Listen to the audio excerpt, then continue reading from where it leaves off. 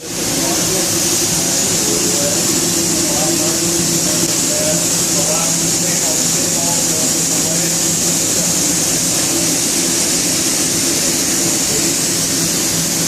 we're doing here is we have two PS3 F39s. Very proven pump. When they talk to each other, they actually are communicating by flow.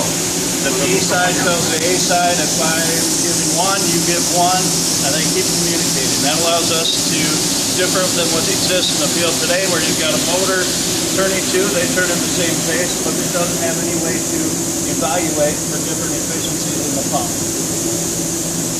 The other exciting part is the heat system.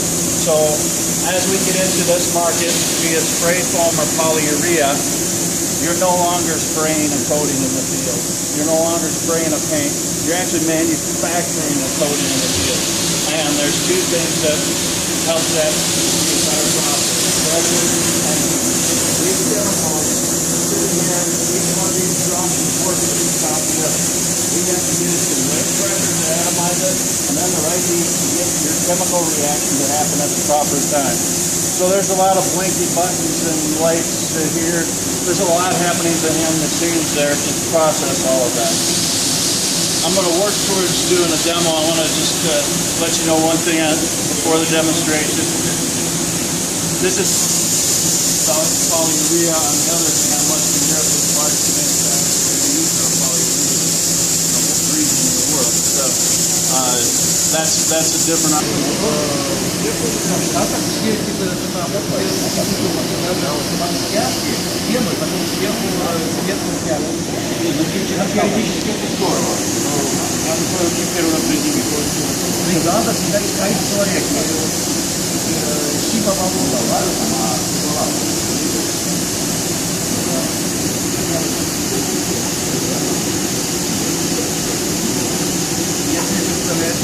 такая машина, когда на сопли с собой отправится, я не знаю,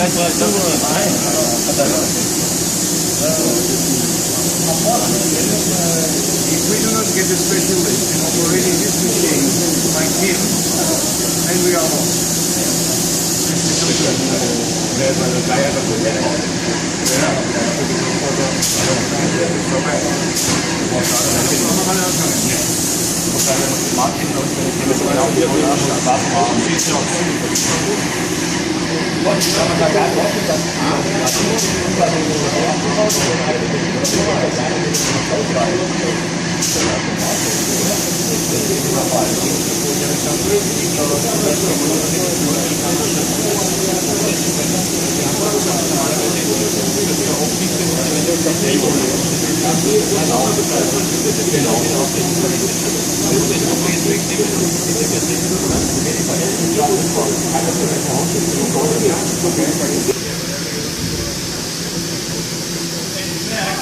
So you feel this is still hot.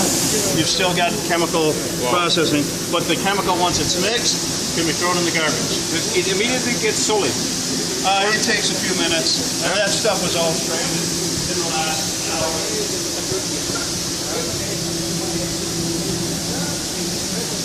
So, for foam,